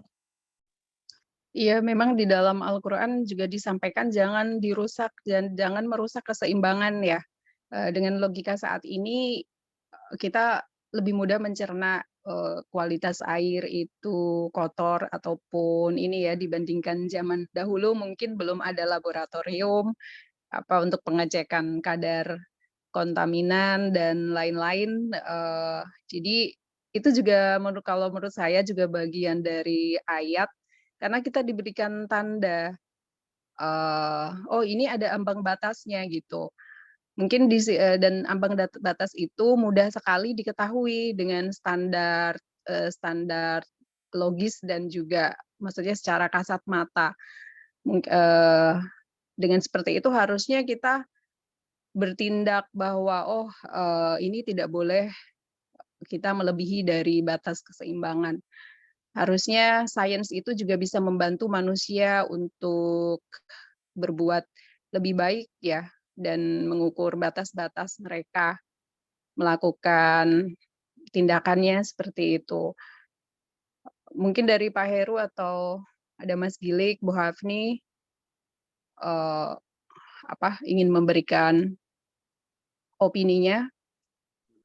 Siti, terima kasih. Ini saya harus berterima kasih banyak sama Bang Syafiq karena setiap story morning itu selalu membuka wawasan ya, selalu ada hal yang baru yang dipelajari dan itu insya Allah barokah ya buat kita semuanya ikut story morning di setiap Ahad pagi. Nah ini terkait dulu ya Mas Alif tadi ya. Mas Alif saya suka ini dengan karena diskusi ilmiah itu dan juga membaca buku-buku itu akan membuka wawasan. At the same time karena saya sendiri yakin bahwa Al-Quran dan Sunnah itu cukup, apalagi kalau dipelajari, dibedah, terus didalami ya, secara benar-benar dalam. Insya Allah itu rahasia-rahasia kehidupan, terus pertanyaan-pertanyaan itu sudah terjawab dengan sendirinya. Sebenarnya pertanyaan ini dan dari siapa tadi? Bu Tanti. Yang tentang air ya, Mbak Tanti ya? Iya, Nah, dari Tangerang. Dari Mbak Tanti itu juga menarik karena bahkan saya pernah tersadarkan karena saya suka ayam bakar, ayam goreng gitu ya, terus ayam pop juga suka. Nah, padahal ayam itu dia sukanya itu ya saya nggak perlu ngomong lah, yang dimakan itu apa gitu kan, yang menjijikkan gitu. Tapi toh kita tidak tercemar gitu kan. Jadi ya mungkin memang ada proses dan sebagainya. Tapi kan setidaknya yang sudah pernah dimakan ayam yang menjijikkan itu kan setidaknya ada di dalam struktur tubuh ayam itu kan. Tapi ya itu luar biasa rahasia Allah itu. Jadi itu juga tanda sebenarnya. Nah, ini Ustadz Nu'man juga pernah bilang kan, tadi Bang Syafiq di awal tuh luar biasa sekali mengingatkan kita. Terima kasih sekali lagi Bang Syafiq, ini sudah diingatkan. Ketika kita bicara tentang ayat itu, pikiran kita melayangnya kemana. Padahal ayat itu ya yang tersebar di muka bumi itu terlalu banyak ayat. Bahkan Ustadz Nu'man sendiri pernah mengatakan, justru yang perlu kita pikirkan itu mana yang bukan ayat gitu. Semuanya itu ayat, tersebar di mana-mana itu ayat semuanya. Gitu. Jadi ketika ada pertanyaan tentang air, jadi kalau kita, istilahnya saya komparasi dengan ayam tadi ya, ayam yang sebenarnya dalam tanda kutip tercemar karena makanan ayam itu yang menjijikkan itu toh ya saya juga suka gitu. Itu ya wallahu alam itu juga Masya Allah itu juga tidak pernah saya menjadi tercemar atau saya menjadi sakit gara-gara makan ayam. Nah, air itu Insya Allah ya, karena saya juga tadi teringat salah satu hadis Rasulullah pernah menyatakan itu ya. Jadi Rasulullah pernah menyatakan al-ma'u tahurun la yunajjisu syai'un. Ya kan? Air itu suci, tidak dinajiskan oleh sesuatu. Insya Allah tetap suci walaupun ada pencemaran, walaupun ada polutan, walaupun ada SOX, NOX, whatever gitu, itu insya Allah tetap baik ya digunakan. Itu kan ciptaan Allah itu. Dan itu luar biasanya ya, itu tanda juga gitu, tanda dari Allah Subhanahu Wa Taala. Ya kalau saya sih komparasinya cukup dengan ayam itu aja. Ketika ayam itu nggak masalah, air, wah ini apalagi air itu ya dari Allah itu yang sudah langsung dari langit itu, insya Allah lebih jos ya, lebih aman insya Allah. Terus kembali ke Mas Alif itu, ini mengingatkan saya pada terinspirasinya saya terutama di ayat yang ke-22. Jadi di ayat yang ke-22 itu kan ada tanda kebesaran Allah terkait yang dari Nabi Adam itu ya, Nabi Adam alaihissalam, bahasanya ya bahasa Nabi Adam. Terus akhirnya lahir bahasa Arab, Indonesia, Inggris, Jawa, Sunda, Padang, Makassar, Batak, dan lain-lain gitu. Terus warna kulit. Warna kulit juga tadi juga Bang Syafiq sudah menjelaskan dengan luar biasa, ada yang kulitnya putih, ada yang kulitnya hitam, dan sebagainya. Nah, yang tidak kalah menariknya itu ada sebuah kisah seseorang, ini dari Sa'id bin al-Musayyab dari Abu Hurairah radhiyallahu an, sungguhnya seorang laki-laki datang kepada Nabi SAW dan berkata, ya Rasulullah, wulidali ghulamun aswad. Gitu. Wahai Rasulullah, anakku lahir berkulit hitam. Lalu Rasulullah bertanya, halaka min ibil. Nah, ini lucu ini. Jadi ada yang datang ke Rasulullah nanya, wahai Rasulullah, anakku lahir kok kulitnya hitam. Terus Rasulullah tidak menjawab, tapi justru bertanya balik. Halaka min ibil. Kamu punya unta enggak? Nah, ini saya kira ini pertanyaan Rasulullah yang luar biasa, yang membuktikan kecerdasan Rasulullah. Jadi salah satu bukti kecerdasan itu kan, menurut saya ya, itu senang memberi pertanyaan yang mengarah ke jawabannya. Jadi Rasulullah itu luar biasa, cara mendidiknya, tarbiyahnya juga luar biasa kan. Jadi Rasulullah balik bertanya supaya orang itu digiring untuk mendapatkan jawabannya. Lalu orang itu menjawab, karena dia punya unta ya, dia menjawab na'am gitu. Benar, saya punya unta. Lalu Rasulullah bilang lagi, ma alwanuha, warna kulitnya apa? Terus orang itu menjawab humr atau humrun ya, merah. Lalu Rasulullah bertanya lagi, hal fiha min awraq, apakah ada warna abu-abunya, ada nggak? Nah, terus orang itu jawab lagi, na'am, ya benar. Lalu Rasulullah bertanya, fa'anna dzalik? Lalu dari mana asal warna yang abu-abu itu? Padahal tadinya merah gitu. Lalu orang itu menjawab, lalahu naza'ahu irqun atau irq.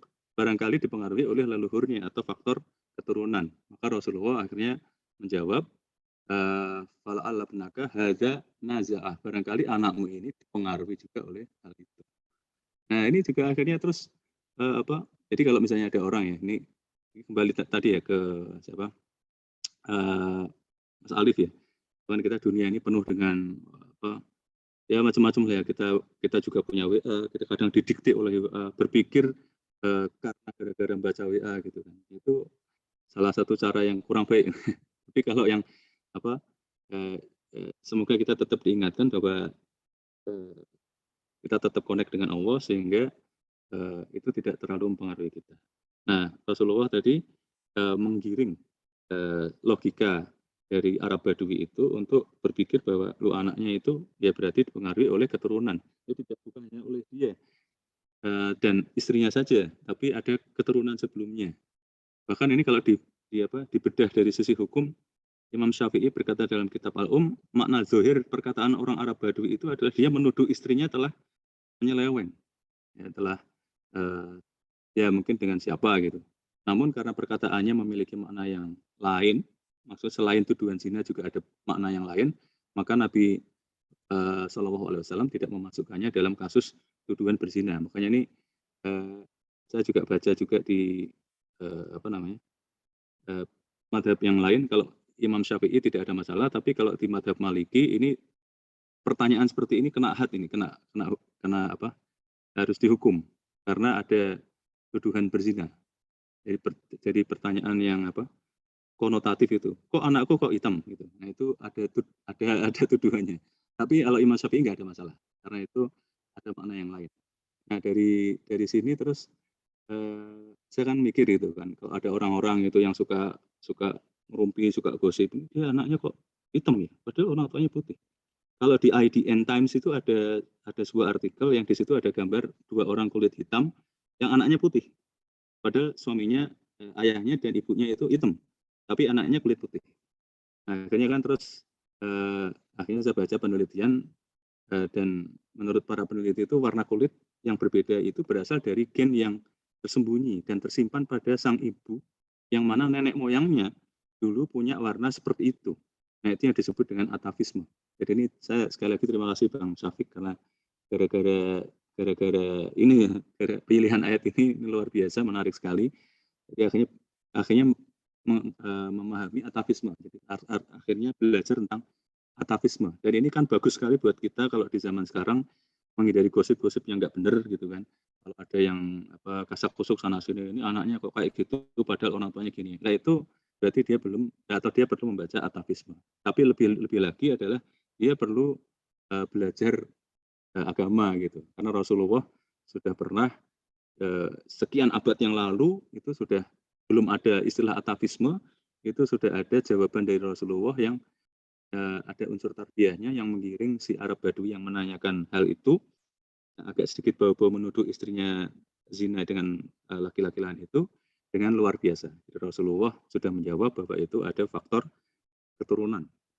Dan ini sekali lagi kembali ke Mas Alif. Jadi kalau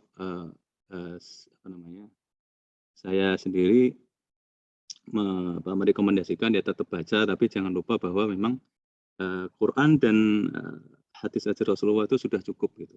Tapi itu juga menarik untuk dibaca ya. Tapi kembali lagi kalau saya juga belajar dari Ustadz Nu'man, yang dijadikan pedoman ya Al-Quran dan hadisnya itu kan. Jadi kalau yang lain-lain itu sifatnya bukan terus menjadi pedoman. Jadi secanggih apapun ilmuwan itu juga ciptaan Allah gitu. Dia tidak akan sanggup untuk mengalahkan yang menciptakannya. Jadi tetap oke, tetap namanya juga referensi.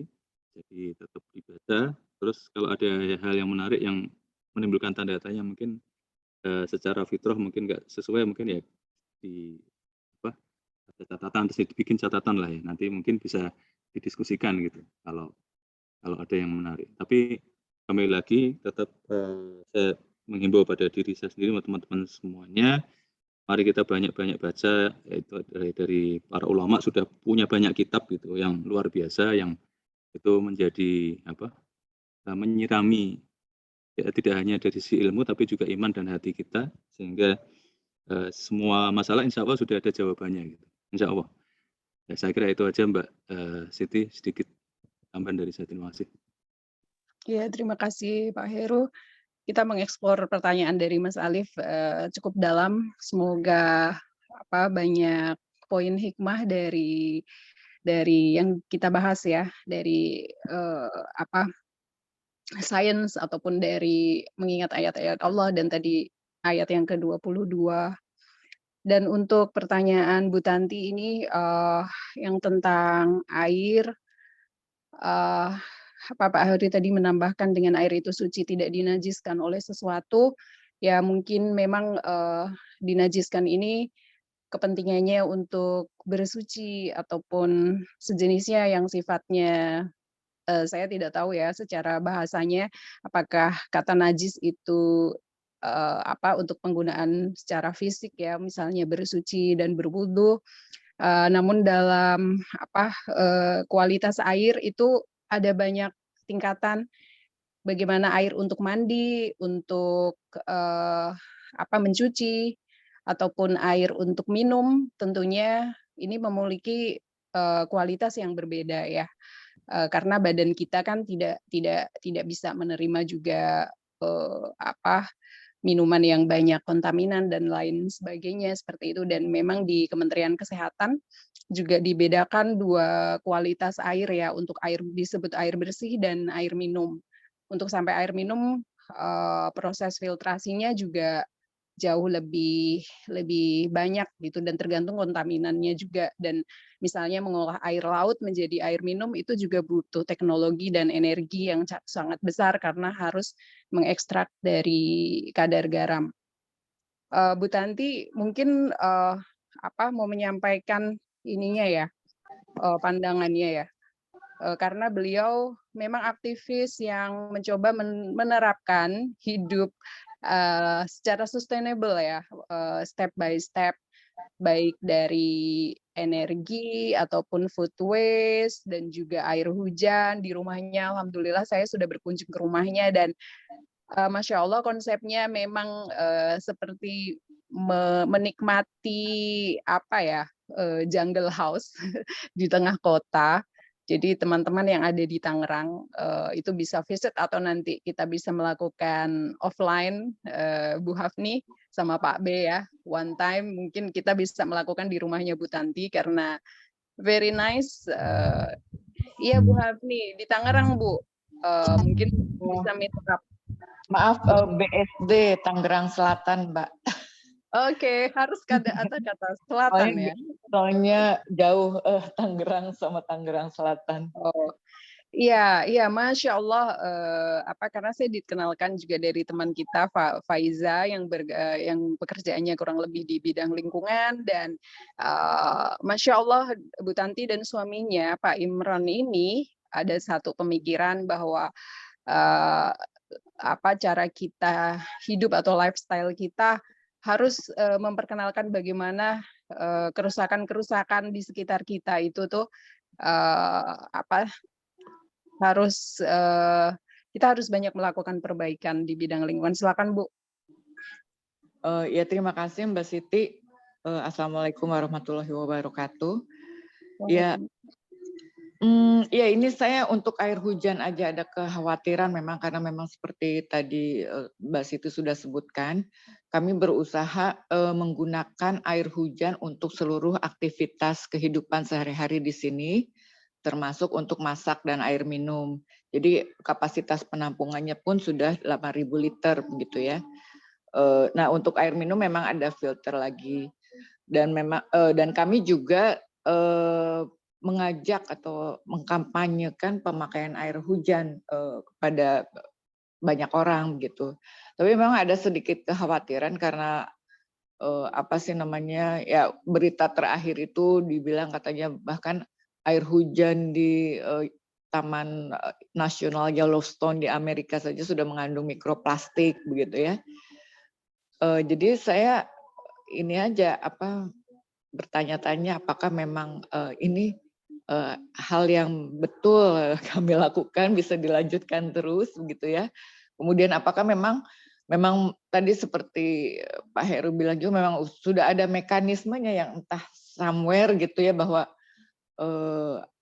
memang tetap akan terus mendatangkan kehidupan gitu apapun yang terjadi.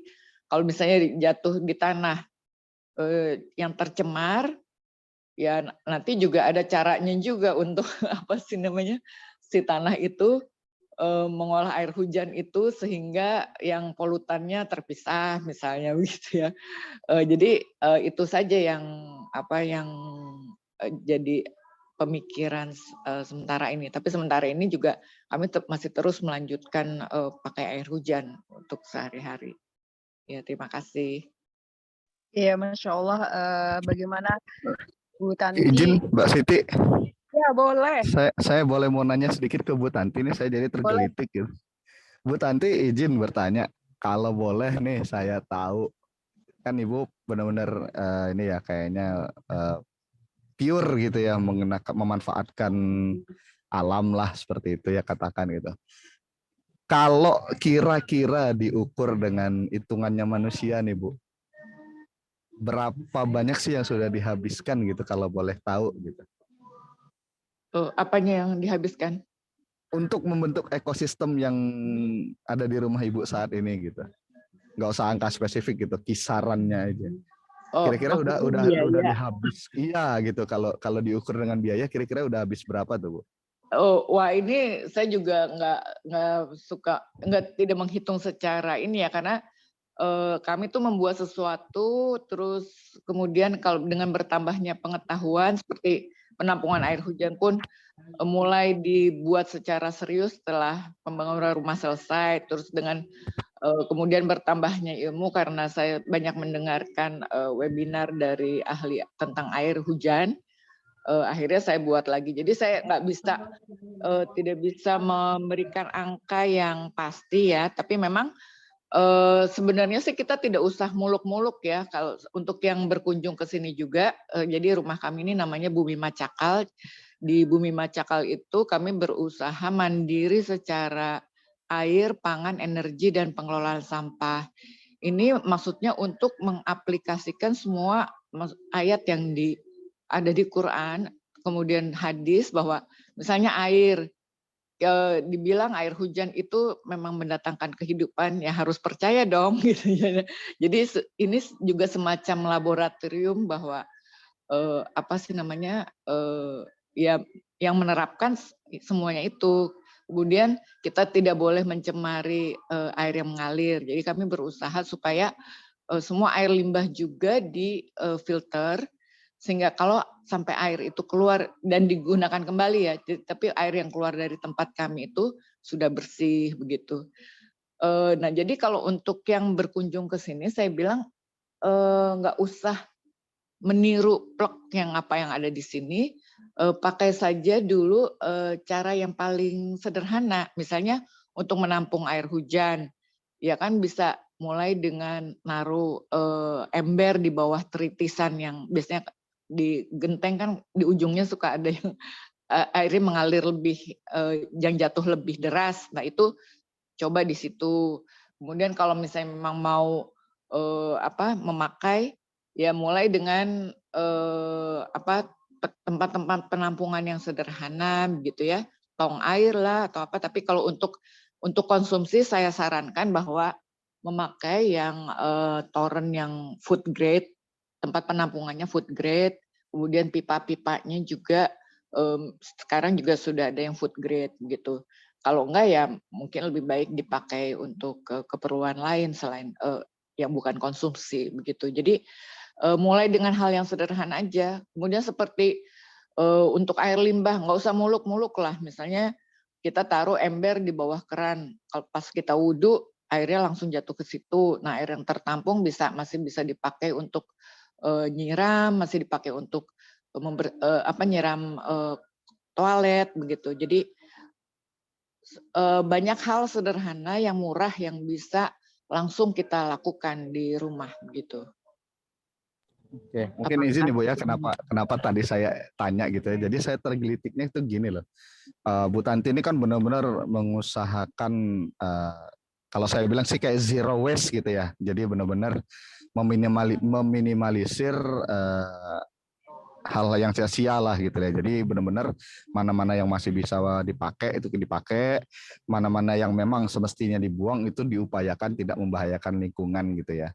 Intinya kan seperti itu yang saya tangkap. Nah, itu kenapa tadi saya ingin tahu dengan terkait biaya itu karena gini, karena kadang-kadang tuh kita luput gitu loh. Allah udah kasih bumi ini dengan segala filternya, dengan segala siklusnya itu for free gitu, for us gitu loh. Jadi kadang-kadang saya cuma pengen tahu aja gitu komparasi gitu supaya ya mudah-mudahan bisa menjadikan kita lebih bersyukur bahwa ketika misalnya Allah mengirimkan hujan yang udah bersih, yang udah nggak perlu difilter, yang udah nggak perlu diolah gitu, yang bisa kita langsung pakai, itu kalau kita ukur ibaratnya, karena kan ya kita juga harus terimalah kenyataan bahwa manusia sekarang ini kadang-kadang apa-apa harus diukur dengan uang seperti itu loh. Jadi supaya kita bisa makin bersyukur juga gitu loh bahwa yang kayak hujan aja Allah turunin udah bersih itu kalau harus diolah dulu itu berapa. Saya jadi teringat saya pernah melihat video di mana ya saya lupa Nas Daily apa gitu. Kayak di daerah gurun itu mereka sampai harus buat danau buatan untuk hujan gitu loh. Sampai mereka nampung sehingga satu negara itu bisa memanfaatkan air bersih yang dari hujan itu dan dari laut dan dari hujan seperti itu. Jadi pokoknya mereka mengelolanya sedemikian rupa sehingga satu negara itu bisa memanfaatkan air bersih dan itu biayanya luar biasa. Jadi bersyukurlah kita yang tinggal di Indonesia ini tidak perlu sampai harus sampai segitunya gitu. Kira-kira seperti itu ya, seperti arahnya mungkin. Terima kasih Bu Tanti. Itu juga saya pengen jadi teringat gini ya. Jadi kalau di sini tuh kita mau bersusah payah untuk untuk bikin jet pump tuh sampai membornya sampai ya di tempat saya aja sampai 50 meter ya. Itu keluar biaya yang banyak. Kemudian habis itu belum tentu airnya bagus juga kualitasnya gitu. Tapi karena itu sudah jadi konsensus umum bahwa memang itu yang harus dilakukan, orang tuh akan tetap maksudnya mau mengeluarkan biaya untuk itu begitu ya. Padahal kan sebenarnya paling gampang ya udah tinggal aja tadahin ini dari kalau kita tahu cara menampung air hujan. Jadi menurut hasil penelitian itu 15 menit pertama yang kotor, jadi jangan ditampung dulu atau sekitar 100 liter. Habis itu air itu aman digunakan. Kan itu lebih murah, lebih ya kita nggak usah susah payah sampai merusak tanah untuk mencari air itu ya. Toh air tanah itu juga asalnya dari air hujan gitu ya. Jadi kalau di sini juga saya berusaha supaya toren-toren di sini ini multifungsi. Jadi kalau misalnya masih ada hujan itu untuk menampung air hujan. Terus kalau misalnya sudah tidak ada hujan, ya kami pakai air tanah yang sudah kami tabung selama masih ada hujan. Jadi di sini air hujan itu ditabung dengan cara ya ada sumur resapan, terus ada 60 lubang resapan biopori, terus kami punya kebun-kebun yang akan menangkap air hujan, ada kolam ikan juga yang besar untuk itu. Jadi air hujan juga berusaha dilambatkan supaya nanti dia akan lebih banyak diserap ke tanah daripada yang keluar begitu. Nah jadi sebenarnya yang diperlukan adalah kita mau berpikir ya. Jadi karena saya tuh melihat kecenderungan orang itu ya makin lama sekarang orang itu makin pintar, muda-muda aja udah jadi profesor begitu ya. Tapi semuanya untuk kehidupan itu inginnya semua disodorkan dalam dalam baki atau kayak disuapin gitu ya. Kalau untuk yang kehidupan kita sehari-hari begitu ya. Jadi nggak mau berpikir di luar bidang ilmunya. Kayaknya semua itu jadi ribet. untuk soal sampah pun sebenarnya masalahnya gampang banget kan, tinggal pokoknya kuncinya milah, ngurangin yang waste gitu kan. Kalau masak ya yang secukupnya. Tapi itu tuh bahkan orang yang saya anggap pintar pun gitu ya, kayaknya rumit banget buat mereka gitu. Jadi mungkin karena terlalu banyak pikirannya untuk bidang ilmunya sendiri kali ya, yang saya nggak tahu apakah ada gunanya buat kehidupan gitu. Itu aja mungkin ada tanggapan.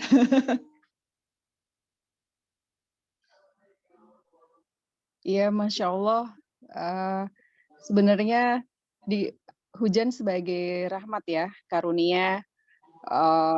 Dengan pola kita bisa memanfaatkan sebagian, bisa mengurangi air genangan ataupun banjir. Mungkin walaupun tidak secara menyeluruh, kita dikirimkan air itu sebagai rezeki gitu ya. Tapi apakah kita mengambil bagian dari rezeki itu, jadi refleksi buat saya juga ya, Bu. Untuk menyirami tanaman ataupun apa, itu sebenarnya banyak sekali ya, walaupun tanpa filter kalau menurut saya, ditampung kemudian dipakai untuk membersihkan, lantai depan ataupun yang tidak harus bersih sekali gitu ya, untuk air keperluan umum, itu pun ataupun menyiram misalnya kita mau masuk rumah gitu ya, dengan saya lihat di kampung gitu ya, ada yang bikin kayak drum-drum ataupun itu kecil gitu, misalnya daripada menggunakan air tanah, air permukaan, air yang memang jadi rezeki dikirim dari atas, tidak perlu menggali, mengurangi air di bawah ya. Kalau di bawah mungkin lebih banyak untuk sumber air minum. Jadi kalau kita bisa melihat rezeki-rezeki di sekitar kita, tentunya juga mengurangi kos kita sendiri seperti itu, dan kita jadi lebih sadar bahwa mungkin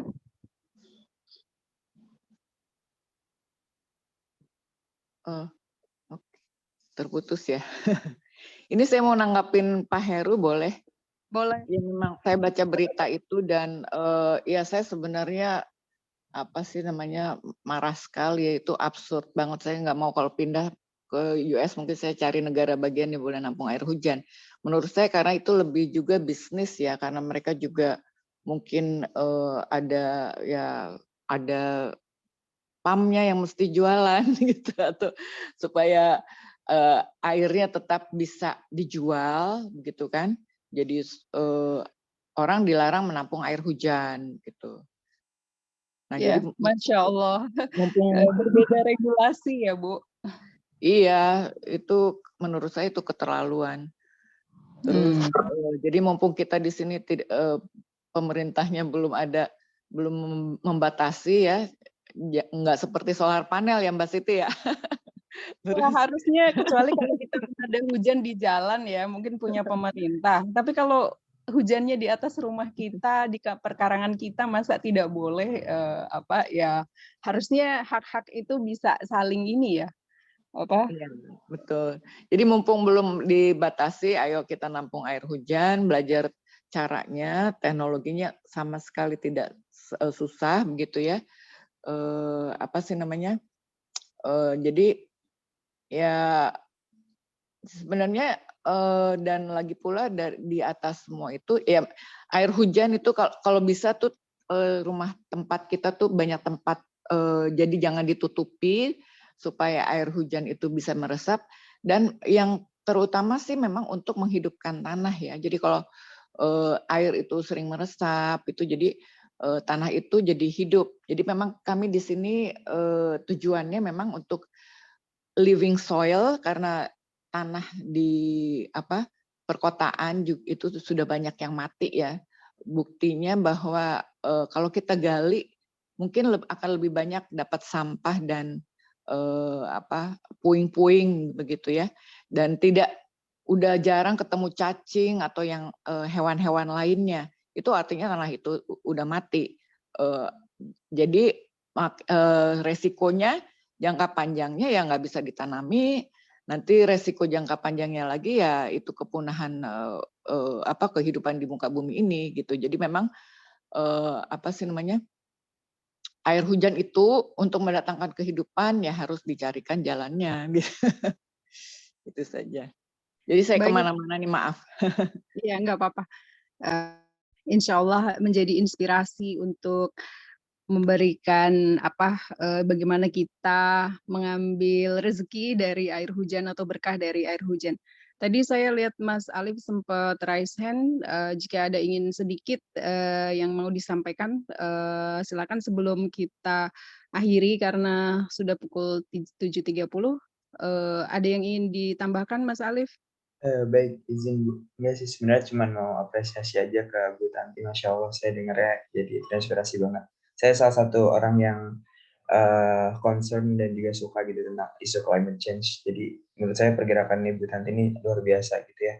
Insya Allah, mungkin sekarang saya tahapan masih mahasiswa, cuma mungkin nanti ketika berkeluarga dan segala macam, Bu Tanti ini salah satu inspirasi saya juga untuk bisa mengawal climate change ini menjadikan bumi jadi jauh lebih baik lewat hal-hal sederhana di hidup kita. Terima kasih Bu Tanti buat inspirasinya. Itu aja. Alhamdulillah, Masya Allah. Terima kasih sudah ini.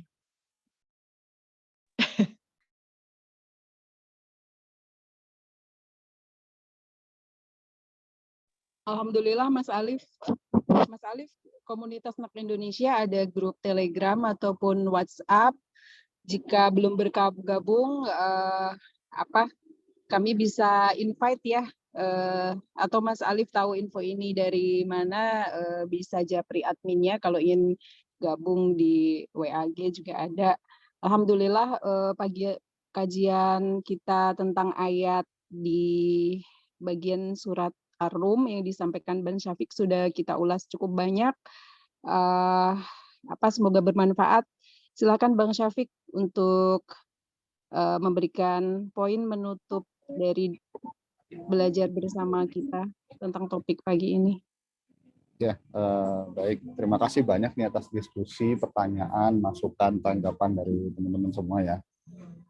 Pada akhirnya saya harus mengingatkan kembali bahwa tujuan saya sebenarnya kenapa memilih ayat ini adalah supaya kita tergerak untuk melatih diri, melihat apa yang di sekitar kita, dan menjadikan semuanya itu menjadi zikrullah.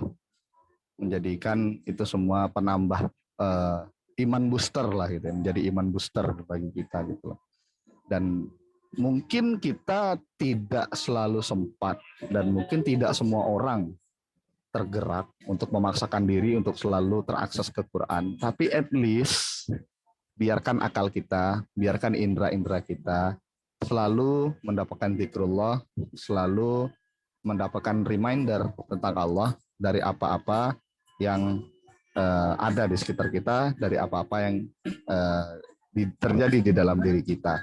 Dan saya benar-benar sangat kayak ngena banget itu di ayat 26 tadi itu yang walahu man fis samawati wal ard.